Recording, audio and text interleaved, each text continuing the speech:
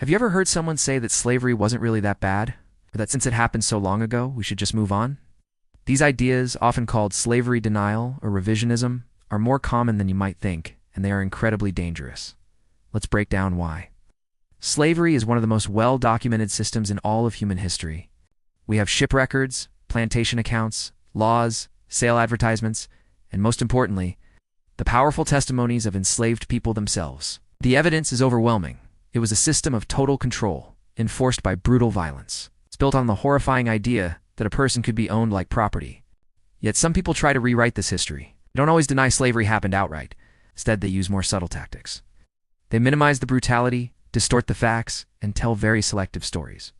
They might claim slavery was an economic necessity, or just a normal part of life back then that we shouldn't judge by today's standards.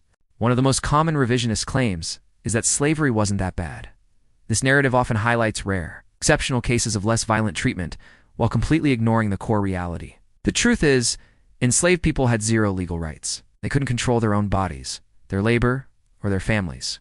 Children were born into slavery. Families were torn apart at the auction block. Physical and psychological terror weren't just side effects.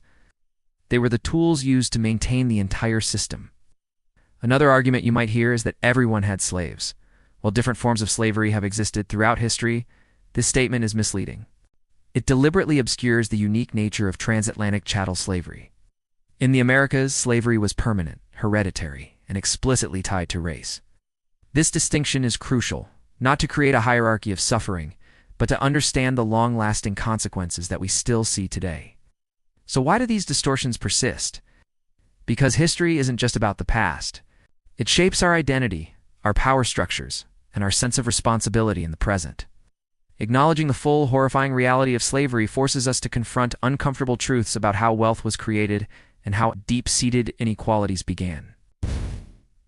Revisionism offers an easy way out of these difficult but necessary conversations. When we allow slavery to be minimized, we erase the suffering of millions. When we deny its legacy, we pretend that modern inequalities are just individual failings, not the result of historical systems. Accurate history isn't about making people feel guilty. It's about being honest. We have to center the evidence and listen to the voices that have been ignored for too long, especially the voices of the enslaved who resisted their bondage every single day.